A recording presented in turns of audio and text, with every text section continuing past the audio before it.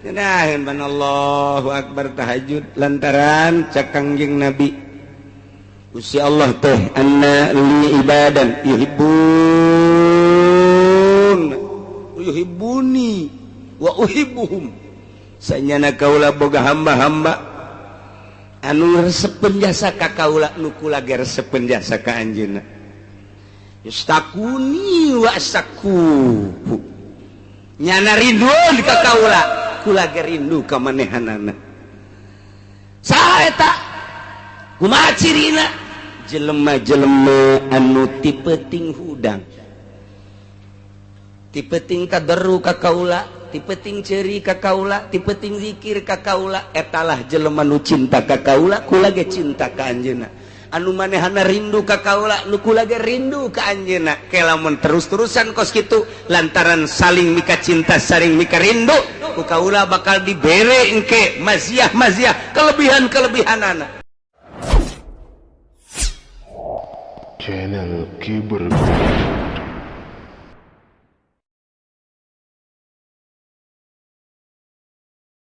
falikul isbah naik wari dalil kana maha penciptana Gusti Allah tadi tina tatangkalan jeung manusia wari naik kana masalah falak Gusti Allah teh anu nyiptakeun waktu subuh nu ngajadikeun waktu subuh nyingsingkeun waktu subuh tina peuting poek mongkleng buta rata sakira-kira eueuh lampu eueuh neon eueuh listrik mah beuh teu kadeuleuna naon nu ngajadikeun poek Gusti Allah ta eta teh poek teh lantaran mataharina aya di handap kahalangan sebab ayana sinar matahari teh di mana-mana takobul di mana hareup-hareupan ketika mata poe teu keur hareup-hareupan teu ngabogaan sinar maka terjadilah poek ketika muncul di panon poe di sebelah wetan mulai aya waktu subuh nu ngajadikeun waktu subuh teh saha Gusti Allah tanda waktu subuh teh dijadikeun ku Gusti Allah teh aya dua nomor kahiji adalah aya sinar heula ke sinar tersebut jadi eueuh fajar kadzib ngaranna ke sinar kedua ngaranna fajar shadiq anu nangtukeun kana waktu subuh begitu diteliti aya fajar kadzib aya fajar shadiq aya hiji keanehan diangsongkeun baheula teh ka ahli palak di Amerika bingung di Amerika ge diangsongkeun ahli palak di Yunani heula urang Yunan ge bingung diangsongkeun ka ahli palak kitu Spanyol Uzbek bingung lantaran pada dasarna panon poe teh di mana-mana geus muncul maka pan teh ditarik deui tapi ieu mah aneh aya sinar disebutna adalah fajar kadzib eta panon poe keur meujeuhna di jero kunaon atuh aya sinar tersebut gebat panjang set tilok nyararaho jelema nu aya di majelis ieu malantaran tilok hudang subuh deuleu atuh hudang heula subuh sok heula jam 4 neuleuh ka arah ditu bakal aya engke ngaranna fajar kadzib eta mah encan jadi waktu subuh tapi aya sinar eta lah nu dipertanyakeun di dunia ka ahli palak di dunia sok gerak bingungan kabeh ge etang ke surup can aya eta mah can asup waktu subuh ke geus aya fajar shadiq mangke bakal aya sinar ngebat ka luhur set kemudian nyayan beki berang eta mah henteu surup deui tah eta nu dipermasalahkeun teh ku aya sinar haju eueuh deui sinar naon lamun lain Allah nu nyiptakeun waktu subuh saha deui sebab tina perputaran matahari ge teu kaharti berbagai tafsir nyaritakeun berbagai tokoh-tokoh falak nyaritakeun tentang sinar tersebut sebab ayana sinar teh tina hawa teh nu kasorot ku panon poe Dari panon poe nyorot kana hawa timbullah sinar. Sedangkan eta kan panon poe di jero keneh. Haju aya surup heula kahalangan kunaon. datang ka kuari encan terpecahkeun geus moal aya nu bisa memecahkeun eta mah hiji penciptana Khaliqul Isbah Gusti Allah Subhanahu wa taala. Tah kuari subuh jadi beurang Pak nu ngajadikeun beurang teh sah. Tanyakan coba ke orang Amerika, tanyakan ke orang Eropa, tanyakan ke orang Amerika, Australia. Saha nu nyieun waktu subuh terus beki berang. Walahaya Gusti Allah. Diciptakan ku Gusti Allah teh waktu subuh teh eta teh waktu anu luar biasa energi na tinggi. Lantaran tina udang subuh malain deui ketika orang subuh teh ningali panonpoe sinar anu luar biasa energina hese nyaritakeun kamangpaatan sinar dina waktu subuh. Namun urang kasorot ku panonpoe langsung dina waktu isuk-isuk eta panyakit-panyakit bakal raragagan. Sebab dina sinarna ngandung berbagai-bagai kamangpaatan anu hese dicaritakeunana. Mentak ngahajakeun coba ge urang moe awak isuk-isuk tapi isuk-isuk di poe awak kurang teh seger hiji. Nomor kaduana membangkitkan semangat nu endek digawe kasorot ku panon poe gagah digawena, nu endek ka kantor kasorot ku panon poe gagah ka kantorna, nu endek ka pabrik kasorot ku panon poe gagah ka pabrikna, nu endek ngaji isuk-isuk poe minggu kasorot ku panon poe ngawudu keula gagah bae. Gagah sidar isuk-isuk lain lalawar. Mulai jam 7, jam 8 masih gagah keneh, jam 9, jam 10 geus dula deuleu bae lapar. Sinar lapar geus aya. Dula deuleu bae sial kiai angel amat ngajina. Nyumpahan ka kiai tolol. Sidar jam 11 mah geus lain deui ngantuk.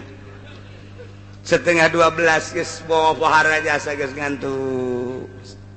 Boro-boro disadiakeun tempat tidur diuk bae ge bisa nundutan hees. Lumantak urang ka masjid jam 10, ka masjid jam 11 poe Jumat. Diuk sila reup hees. Ulah dihudangkeun bubar Jumat. Eta bawaan sinar matahari. Isuk-isuk pan teu beda. Tapi begitu setengah 12, jam 12 lain deui. Naik deui engke ketika jam 2 mulai gairah aya deui. Kitulah diciptakeun ku Gusti Allah. Nu nyiptakeun kos kitu teh saha Gusti Allah. Masya Allah. Falikul isbah wa ja'ala al-laila sakana. Jeung Allah ngajadikeun peuting sebagai tempat istirahat. Berang orang kaladang capek, nuka kantor capek, nuka pabrik capek, balik kuari maghrib, sholat, dahar, istirahat, isya, langsung jang istirahat penting teh. Wa ja'alal laila sakan. Lumentak aneh kuari mah dagang ti penting baheula mapan ku kolot teh ai maghrib titah nutup dagang teh ulah sok engka. Geus waktu istirahat kuari mah magrib malah muka. Dengan dunia teh lain waktuna kuari mah baheula mah beurang jang neangan dunia mah penting mah jang istirahat akurkeun jeung Al-Qur'an wa ja'alal laila sakan. Mantak ulah nuturkeun Yahudi ulah nuturkeun Nasrani urang mah urang bae. Dagang beurang magrib tutup geus bae. Usaha beurang jatilok aya nu macul penting. Tapi kuari mah justru macul ti peuting bae. Komo tamah macul sawah kobakan hiji mah. Nu mencong atuh peuting bae. Tah, ieu wa ja'alal laila sakana. Mun urang nuturkeun ieu istimewa. Berang dagang jam 5 tutup atau menjelang maghrib. Geus ulah kabita ku dunya. Mandi maghrib, geus beres tas maghrib geus ulah buka deui. Langsung orang lamun dek ngaji orang lamun anak-anak ayo pagahan sampai isya. As isya heula berjamaah terus ka imah sare.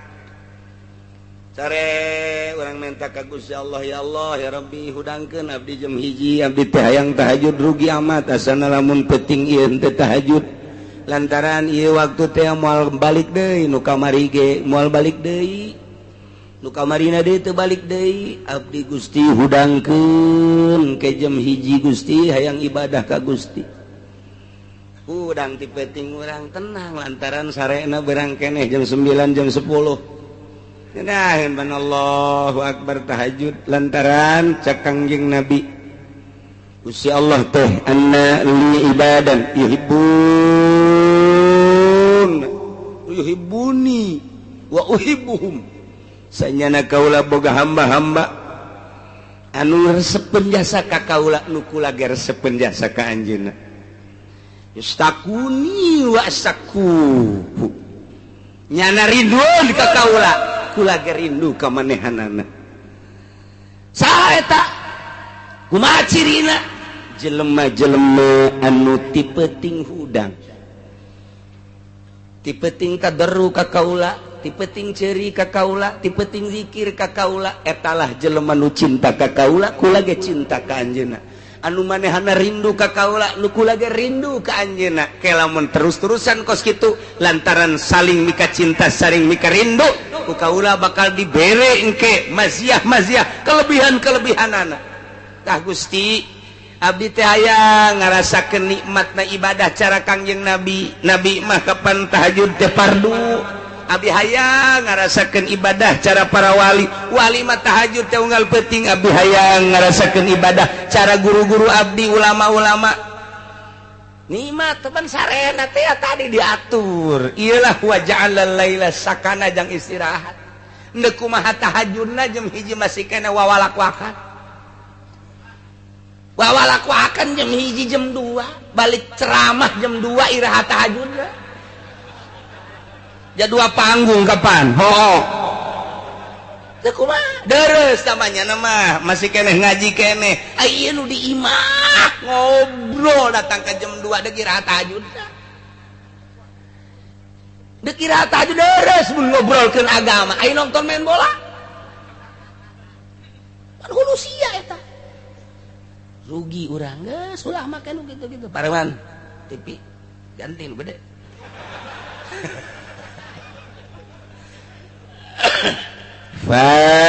Falikul isbah anu ngadamel waktu subuh teh Gusti Allah dalil kana Allah Maha Pencipta diana laila sakana jeung Allah ngajadikeun peuting teh jang tempat istirahat nu ti beurang tadina capek urut gawe capek urut ngantor capek urut ladang capek urut berbagai aktivitas peuting diistirahatkeun ku Gusti Allah kita istirahat sejenak ke hudang deui tahajud wa minal laili fatahajjad bihi nafilah wa ja'alal laila sakana saha nu nyieun peuting wasyamsa wal qamara husbana Allah ngajadikeun panon poe jeung bulan dijadikeunana sebagai hitungan jang waktu-waktu panon poe mah kapanggih deui sataun kaporosna ai bulan maka panggih teh sabulan kaporosna aya falak-falakna panon poe jeung bulan teh nu dijadikeun ku Gusti Allah teh wa kullum fi falaki yasbahu urang sok dibaca panon poe aya falakna bulan aya falakna aya manzilah-manzilahna jadi mual kaluar tina reelna bulan jeung panon poe ge lantaran bulan jeung panon poe teh lantaran Gusti Allah geus ngajelaskeun wa kullum fi falaki yasbahun panon poe lempang dina palakna ukuran satauneun kitu keneh bulan berangkat tina porosna tina palakna sabulaneun taya dijadikeun aya manzilah-manzilahna wa huwa alladzi ja'ala syamsa diya'a wal qamara nuran wa qaddarahu manazila lita'lamu 'adada sinina wal hisab. Dina surat Yunus dijelaskeun ku Gusti Allah teh ngajadikeun asy-syamsa panon poe diaan cang nu teh dina poe barang panon poe bijil Masya Allah jarum potong ge kadeuleu nu gelis kadeuleu gelis dan nu betot kadeuleu petot nu putih kadeuleu putihna nu hideng kadeuleu hidengna melalui panon poe ieulah wa huwallazi ja'ala asy-syamsa diya'an wal qamara nura begitu tipeting aya bulan tanggal 13 mulai caang 14 mulai caang tanggal 15 pohara caang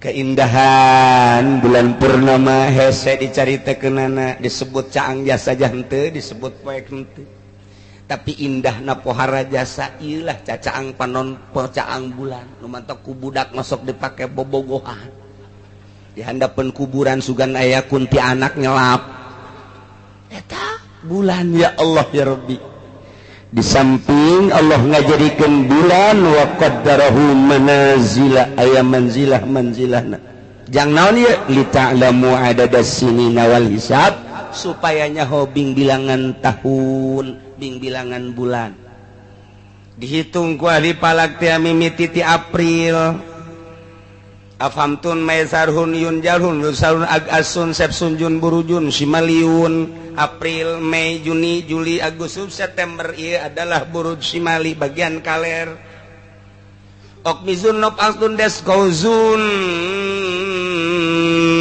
janjatun febdalfun burujun janubiyun eta mulai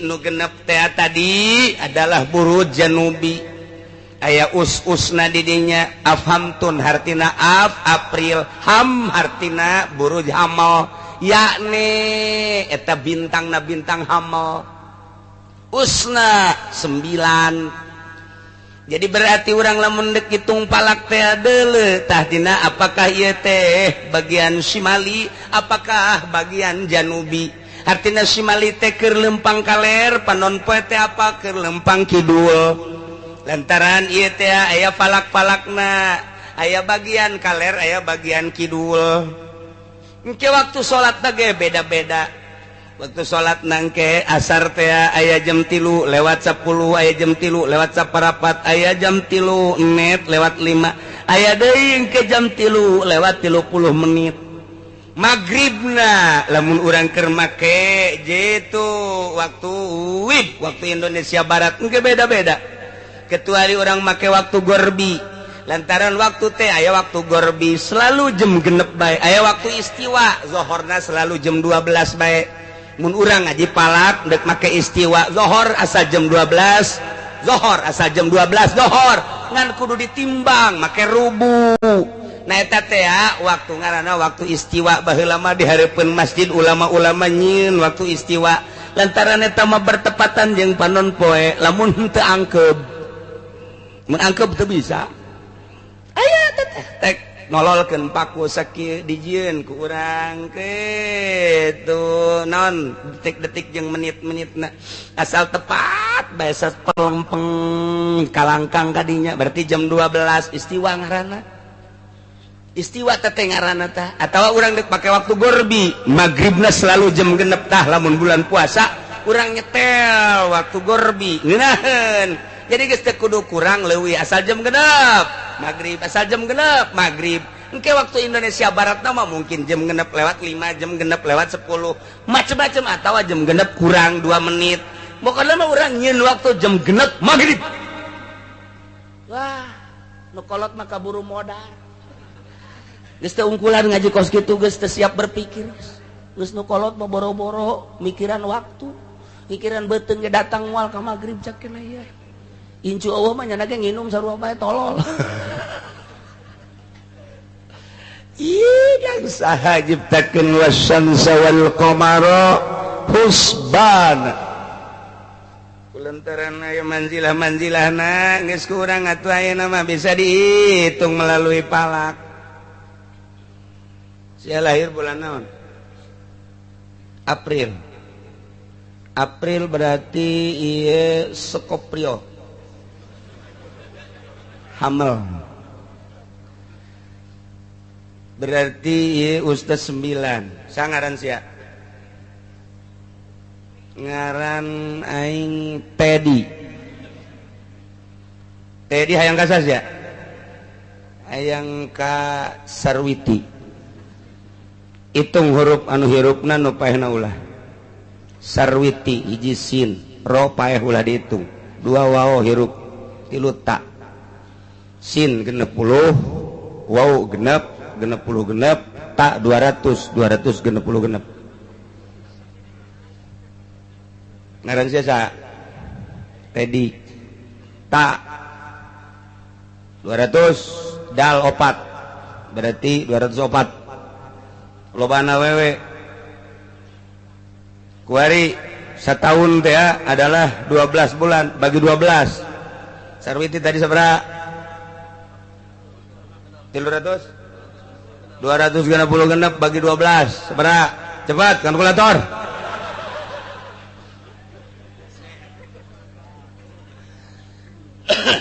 masih kene aya kene hiasa bagi deui 12 sesana tina 12 sabaraha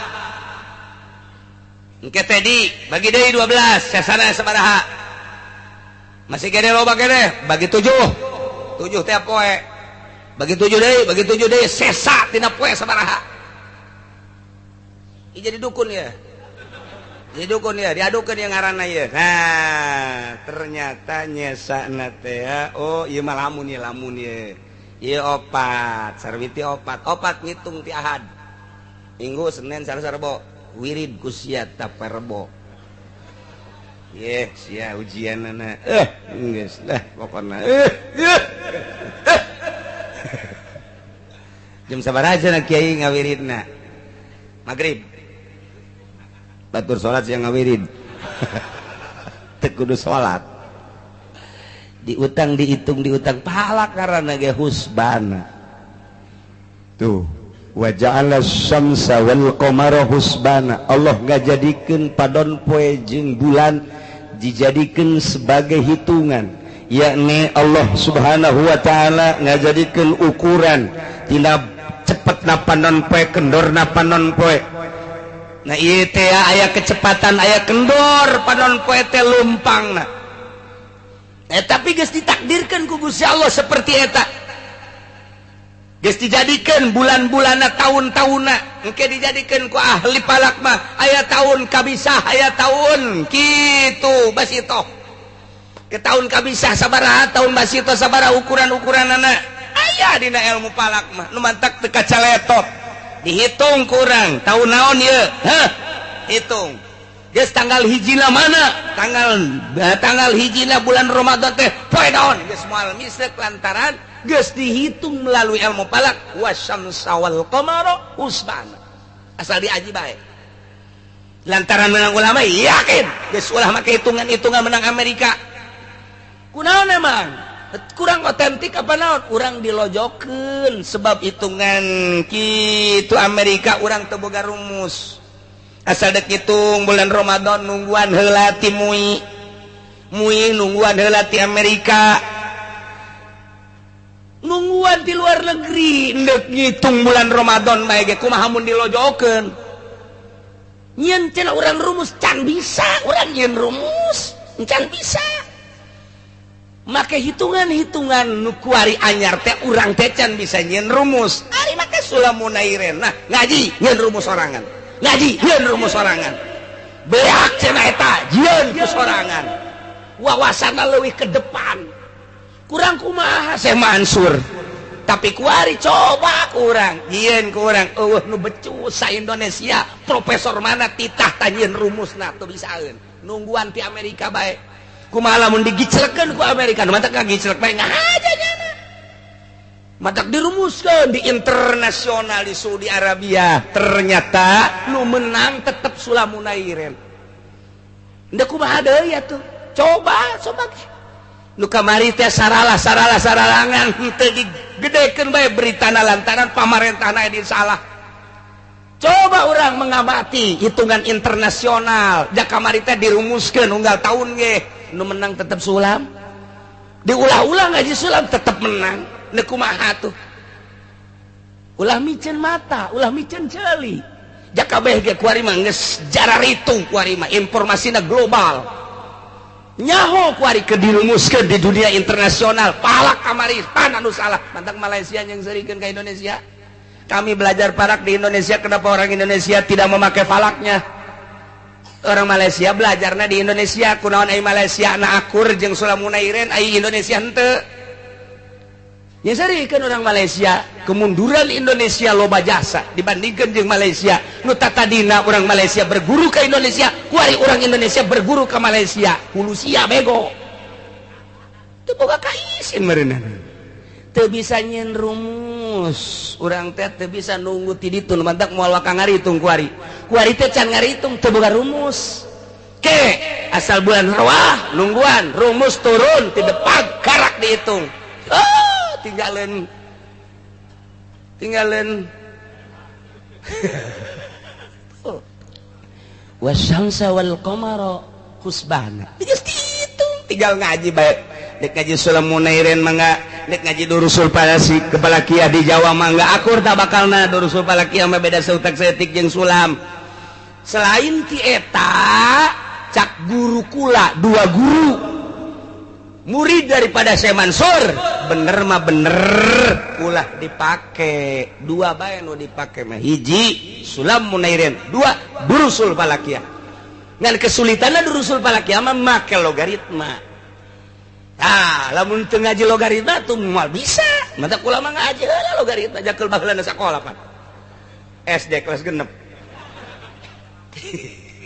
ngaji heula log ngaji mantap kau kesulitan lamun urang geus ngaji mah geus yakin menang ulama beres tuh aya abah mah ngos kituna kieu bae teh babarita Januari Februari Maret April Mei Juni Juli balik deh Agustus September gas nyaro sarua atau make gitu Japar Sodik mah 5 tambah 5 bisa eta teu pake anggaran puasa ulah jang naon atuh eta yang hajatan tah maksudna babari bae abah mah ulah mun yang hajatan los pake tetep sulam durusul palakia jadi dihitung wasyamsa wal qamara husbana panon poe jeung bulan dijadikan sebagai hitungan untuk hitungan Arafah, untuk hitungan lebaran, untuk hitungan puasa, untuk hitungan bulan, urang bisa nganyahokeun bulan ieu sabaraha harina yang kepentingan nu mantak Kangjeng Nabi ge ditanya yasalunaka itu anil ahillah. Kangjeng Nabi ditanya Gusti ari eta si tanggal kumaha eta maksud kumaha mimiti leutik kaju gede haju ke ngaletikan yasalunaka anil ahillah. Sahabat naranya ka anjeun Muhammad tentang bulan-bulan sabit mimiti ayat gede gede tanggal 15 ketika ngalemes leutik ke aya deui kumaha Kangjeng Nabi ngajawabna qul hiya mawaqitu linnas eta mah waktu-waktu pikeun manusia aya waktu Ramadan aya waktu lebaran aya waktu Arafah jeung wukuf jeung waktu-waktu anu sejenna nu ditanyakeun bulan nu ditanyakeun tentang bulan sabit dijawabna ku Kangjeng Nabi hikmahna di jero bulan aya waktu-waktu qul hiya mawaqitu linnas usbana itu mentak lamun kuari urang boga anak daek masantren teruskeun kadang ngaji falak kena nyahun falak salafus sholihin falak anu kuarina make komputer aji jang perbandingan nyukomna aji dan lain sebagainya sanajan urang nunggu rumus di Amerika aji mah aji bae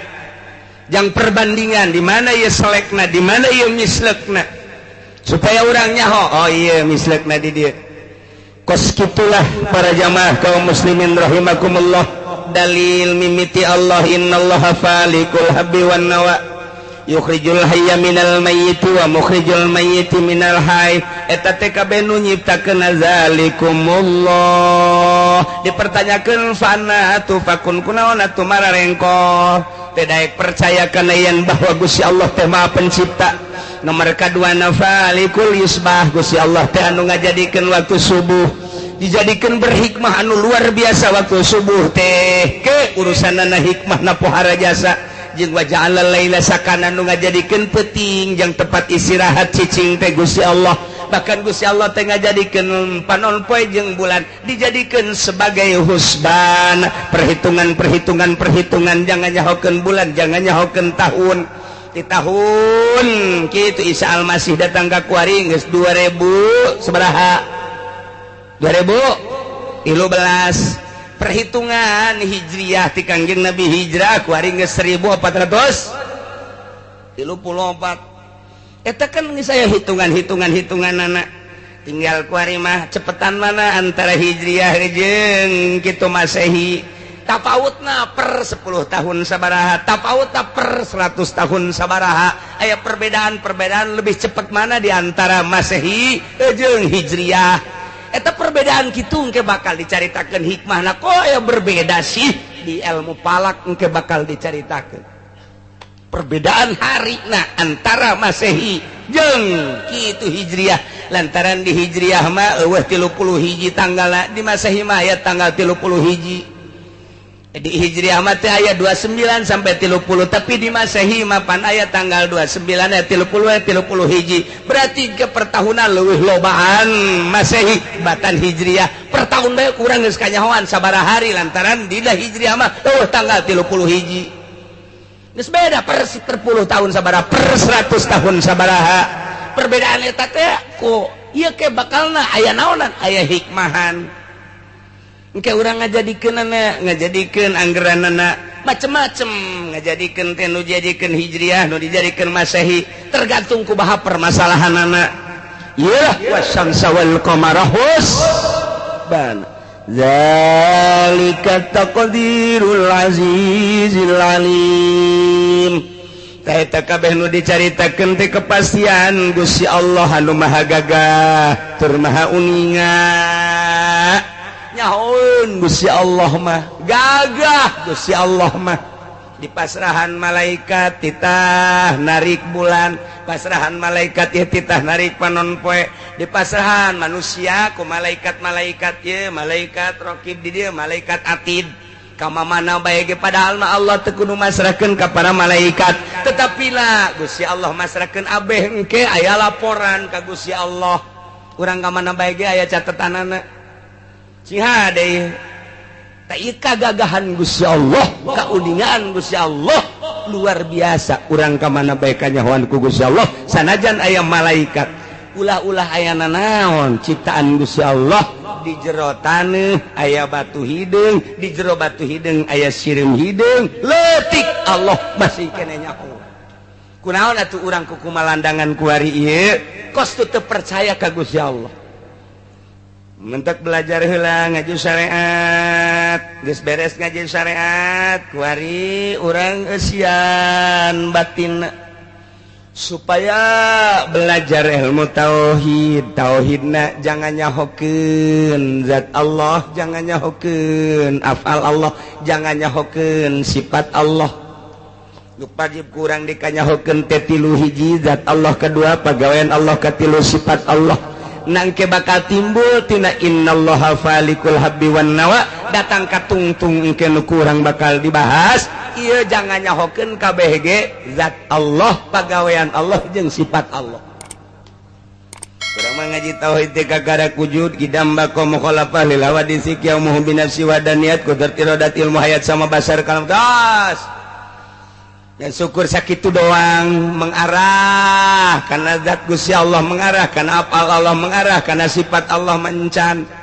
Nu mantak can aya ngerenyet di jero hate, tapi lamun urang engke belajarna ka jerona nganyahokeun zat Allah, moal waka bisa nganyahokeun zat Allah mun teu nganyahokeun apal Allah, moal bisa ka harti apal Allah mun teu nganyahokeun sifat Allah. Berangkat urang tina nganyahokeun sifat Allah. Mana mimitina iya innallaha falikul habbi wan.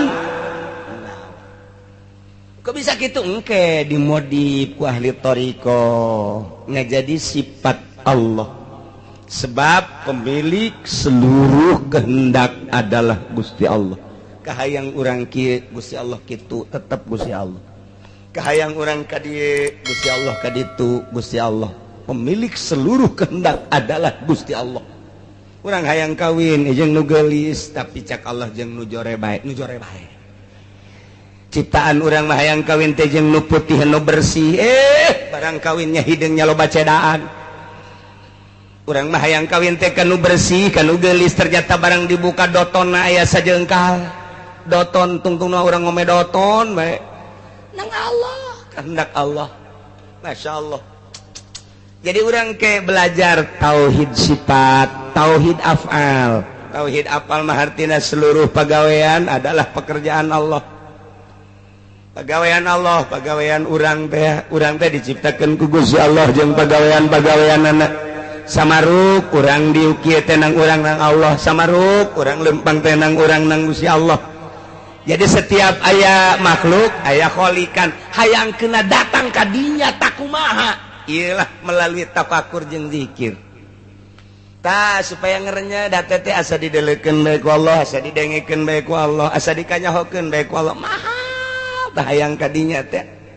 Nailah zalika kabeh tadi taqdirul azizil alim. Iyalah kakarak datang ka dieu nganyahokeun tentang dalil maha pencipta Gusti Allah masih keneh urang bakal nganyahokeun padituna leuwih luhur deui wa huwa allazi ja'ala lakumul nujuma litahtadu bakal nyaritakeun perbintangan nah ieu bintang naon ieu bintang naon ieu bintang naon ieu bintang Taurus bakalna kumaha ieu bintang Taurus ieu bintang engke dikanyahokeun lahir bulan naon sia bintangna anu ieu mah kajen ku kumaha ge resepna anu dukun